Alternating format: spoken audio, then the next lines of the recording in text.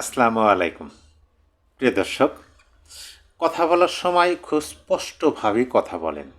কথা বলার সময় যুক্তিসঙ্গতভাবেই বলেন এবং মানুষের মগজ ধোলাই করার জন্য যে সমস্ত উক্তি ব্যবহার করা সম্ভব তার পক্ষে তিনি সেটা করেন এবং চেষ্টা করেন, যেটা আমরা গত 17 মাসে খুব ভালোভাবেই দেখেছি।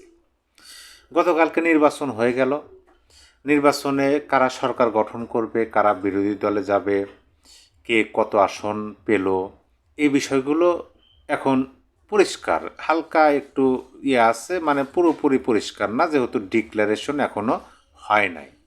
তারপরে বোঝা যাচ্ছে যে কারা সরকার গঠন করতে যাচ্ছেন। কিন্তু যে বিষয়টা এখন পর্যন্ত ধোঁয়াশা, যেটাকে আমি বললাম যে হিসাবের বেলায় এত লুকোচুরি কেন, নাকি আওয়ামী লীগই সব কিছুর মূলে? দেখেন, এই যে নির্বাচনটা হলো, এই নির্বাচনটা তো আওয়ামী লীগকে বাদ রেখে নির্বাচন হলো। এমন তো নয় যে আওয়ামী লীগ আসতেই চায় না। আওয়ামী লীগ আসতে চাইছে, তাদেরকে বাদ রাখা হয়েছে জোর বল প্রয়োগ করে। এখন নির্বাচনে কৌশল অবলম্বন করলো আওয়ামী লীগ। কী কৌশল? যে নো ভোট নো ভোট। যেহেতু ব্যালট পেপারে নৌকা নাই, সেহেতু ভোটও নাই, আমরা ভোট দিতে যাব না। এটা ছিল আওয়ামী লীগের নির্বাচনী প্রচারণার ক্যাম্পেইন। তারই ধারাবাহিকতায় গতকালকে আমরা দেখলাম যে ঢাকা শহরের গুরুত্বপূর্ণ কিছু কেন্দ্র এবং আসনে ভোটার শূন্য কেন্দ্র।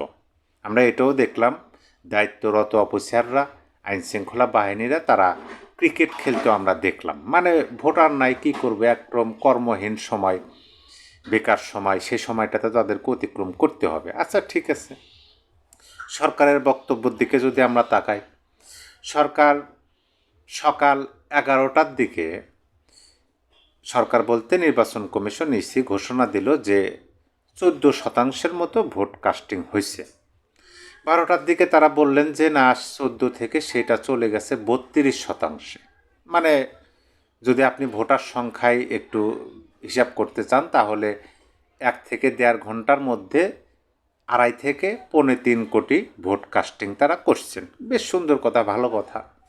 তারপরে আমরা দেখলাম যে দুপুর 2টা, 12টায় যদি 32 হয়, 33 হয়, দুপুর 2টায় হয়ে গেল সেটা 47%।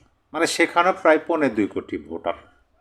তাহলে 2 ঘন্টায়, মানে 11টা থেকে 12টা, 1 ঘন্টা 1.5 ঘন্টায় 3.25 কোটি, এবং 12টা থেকে 2টা, এই 2 ঘন্টায় হয়ে গেল প্রায় 2.25 কোটি। আচ্ছা, ঠিক আছে। তারপরেও তো আমরা দেশের মানুষ, আমরা ভোটার, আমরা তো চাই যে মোট কাস্টিং ভোটের সংখ্যাটা জানতে। আপনারা দেখেন, এটা নিয়ে পত্রিকা হয়েছে। সাংবাদিক যখন ইসিকে প্রশ্ন করলো যে মোট ভোট কাস্টিং হয়েছে কত, রাত 10টায়। ভোটের সময় কিন্তু শেষ হয়ে গেছে বিকেল 4:30। রাত 10টা। তার মানে কি, 5 ঘন্টা, 5.5 ঘন্টা পরেও যখন মোট কাস্টিং ভোটের সংখ্যা বলতে পারতেছেন, এক পর্যায়ে বিরক্ত হয়ে বললেন, আপনারা এত অধৈর্য হয়ে গেলেন কেন? ধৈর্য ধরতে হবে, না হলে আপনার এই কাজ বাদ দিয়ে ওই কাজ করি। বিরক্ত প্রকাশ করলেন। সাংবাদিকদের কাজ কি? প্রশ্ন করা। সেই প্রশ্নের জবাবে যদি কোনো কর্মকর্তা তিনি বিরক্ত প্রকাশ করেন, তাহলে সেটা কোন দিকে যায়, এটা তো নতুন করে বিশ্লেষণ করার দরকার নাই। এখন আসেন, আওয়ামী লীগই মূল ফ্যাক্টর, আওয়ামী লীগই ক্ষয়, আওয়ামী লীগই জয়। আমি একটা উদাহরণ দেব। বাংলাদেশের একটা উপজেলা, আমার নিজের চোখে দেখা, সেখানে অতীত থেকে এখন পর্যন্ত, গতকাল পর্যন্ত নির্বাচনের ফলাফল প্রকাশ হওয়া পর্যন্ত ওই কেন্দ্রের বা ওই আসনের এ পর্যন্ত অন্য কোনো দল বিজয়ী হয় নাই আওয়ামী লীগবিহীন। আওয়ামী লীগ বিজয়ী হয়েছে এক নাগারে। সেখানে ভোটের সংখ্যা যদি আপনি ধরেন, আপনি যদি আওয়ামী লীগ সরকারে থাকাকালীন যে নির্বাচনগুলো অনুষ্ঠিত হয়েছে, সেই নির্বাচনগুলো যদি বাদও দেন, আপনি যদি 2008-এর নির্বাচন ধরেন, তাহলে সর্বসাকল্যে 5 থেকে 7% মানুষ অন্য প্রতীকে ভোট দেন। তার মানে কি, 90 থেকে 95% এই আসনের, এই অঞ্চলের মানুষ আওয়ামী লীগ নৌকা প্রতীকে ভোট দেন। এইবার নির্বাচন হলো। এইবার নির্বাচনে যাই ভোট কাস্ট হোক না কেন, সেই ভোটের মাধ্যমে ধানের শীষ প্রতীক নির্বাচিত হয়েছে ওই আসন থেকে। তার মানে কি? তার মানে হলো যে যিনি নির্বাচিত হলেন তিনি আওয়ামী লীগের ভোটের মাধ্যমে নির্বাচিত হলেন। যদিও সেই রকম চোখে পড়ার মতো ভোট কাস্ট হয় নাই, তারপরও যতটুকুই হয়েছে তিনি যে নির্বাচিত হলেন, যত ভোটের ব্যবধানই হোক না কেন, তিনি তো আওয়ামী লীগের ভোটই হলেন। এখন আওয়ামী লীগের অনেকেই, আমি কিন্তু এই কথাটা অনেকবার বলছি, যে আওয়ামী লীগের মধ্যে এমনও নেতা আছেন, কর্মী আছেন, সমর্থক আছেন যারা একই পরিবারে একই পাতিলের খানা তারা খান, একই টেবিলে বসে খান, তারপরও রাজনৈতিক ময়দানে তাদের আদর্শ দুই রকম। এই বাংলাদেশে বড় ভাই আওয়ামী লীগ, ছোটো ভাই বিএনপি, অথবা চাচা আওয়ামী লীগ, ভাতিজা বিএনপি, এরকম আপনি অনেক পরিবার পাবেন। এইভাবেই এই দেশের রাজনীতিটা হয়। অনেকেই ইতস্তত বোধ করে ভোট কেন্দ্রে গেছেন, অনেকে গেছেন যে আমার প্রতীক নাই, যাই আমারই তো লোক দেই, এইভাবে ভোট দিছেন। কিন্তু সেই ভোটাররা, তারা তো আপনার হ্যাঁ ভোটের পক্ষে সবাই অবস্থান নেননি। যদিও তাদের মতের বিরুদ্ধে গিয়ে তারা অন্য প্রতীকে ভোট দিছেন অনেকেই, তারপরও তারা তো হ্যাঁ ভোটের পক্ষে অবস্থান নেন নাই। তাইলে আমরা যে তথ্যটি পেলাম, দুপুর 2টা পর্যন্ত যদি 47% ভোট কাস্টিং হয়ে থাকে, তাহলে আপনি ধরেন, যেহেতু এখন পর্যন্ত আমি যে সময়টাতে ভিডিও করতেছি, এখন পর্যন্ত পূর্ণাঙ্গ কাস্টিং ভোটের সংখ্যা প্রকাশ করা হয় নাই। তাইলে আমরা যদি 50% ধরি, অথবা পররাষ্ট্র উপদেষ্টা যে বলছিলেন 55%-এর বেশি ভোট কাস্ট, আচ্ছা আমরা 55% যদি ভোট কাস্টিং ধরি, তাহলে সেই 55%-এর মধ্যে সবাই তো গণভোটে অংশগ্রহণ করেন নাই। আচ্ছা ধরে নেন সবাই গণভোটে অংশগ্রহণ করছেন, 55% ভোট কাস্টিং হয়েছে, প্রত্যেককে তো 2টা করে ব্যালট দেওয়া হয়েছে, একটা গণভোটের, একটা প্রতীক ব্যালটের। তাহলে সেইখানে ভোট পচা, এই দিক সেদিক বিভিন্ন দিক বিবেচনা করে অনেকে না ভোট দিছেন, অনেকে হ্যাঁও দিছেন, নাও দিছেন, অনেকে কিছুই দেননি, ভোট নষ্ট করছেন। এই দিকে বিবেচনা করে তাহলে সেখান থেকে গণভোটের বিষয়ে আপনাকে 70% যদি ধরেন সর্বোচ্চ, তাহলে সেই 55%-এর তাহলে 5-7 35, প্রায় 4 কোটি 4.5 কোটি ভোট কাস্ট ধরেন গণভোটের বেলায় হয়েছে। এখন 4 থেকে 4.5 কোটি যদি গণভোটে মানুষ ভোট দিয়ে থাকেন, আপনি যদি পরিপূর্ণ হ্যাঁও ধরেন, তাহলে বাংলাদেশের মোট ভোটার সংখ্যা কত? নির্বাচন কমিশনের তথ্য অনুযায়ী এই নির্বাচনের হালনাগাদের পরিপ্রেক্ষিতে 12,77,00,000। আপনি যদি 13 কোটিও ধরেন, যেহেতু আমরা দেখলাম সন্ধ্যা থেকে ভোট কাস্টিং শুরু হয়েছে, আপনি 13 কোটি ধরেন, 13 কোটির মধ্যে যদি আপনি 4 কোটি 5 কোটিও ধরেন, তাও তো দেশের অর্ধেক জনগোষ্ঠী গণভোটে অংশগ্রহণ করেন নাই। আর অর্ধেক জনগোষ্ঠী যদি গণভোটে অংশগ্রহণ না করেন, তাহলে গণভোটের বিষয়টাতে কিন্তু পরিপূর্ণ ভিন্ন, আলাদা।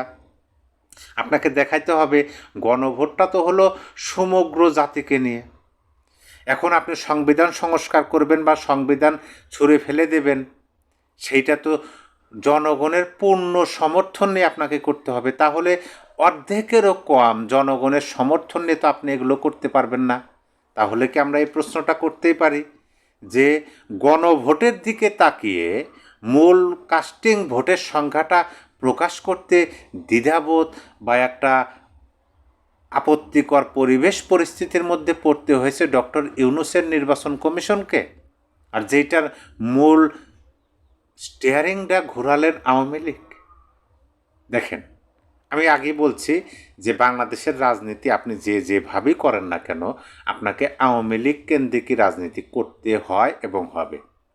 হয় আপনাকে আওয়ামী লীগের বিরোধিতা করতে হবে, নয়তো আপনাকে আওয়ামী লীগের মধ্য থেকে রাজনীতি করতে হবে, নয়তো বা আপনাকে আওয়ামী লীগ হয়ে রাজনীতি করতে হবে, নয়তো বা আন্ডারগ্রাউন্ড রাজনীতি করতে হবে। যার বহিঃপ্রকাশ এই ডক্টর ইউনূসের ঐতিহাসিক বিশ্বসেরা শ্রেষ্ঠ নির্বাচনের ক্ষেত্রে আমরা দেখতে পেলাম। আওয়ামী লীগের ভোটারবিহীন অনেকেই স্বপ্নের মধ্যেও ধারণা করতে পারেন নাই যে তিনি নির্বাচিত হবেন। হ্যাঁ, অনেকেই আওয়ামী লীগের ভোটে নির্বাচিত হয়েছেন।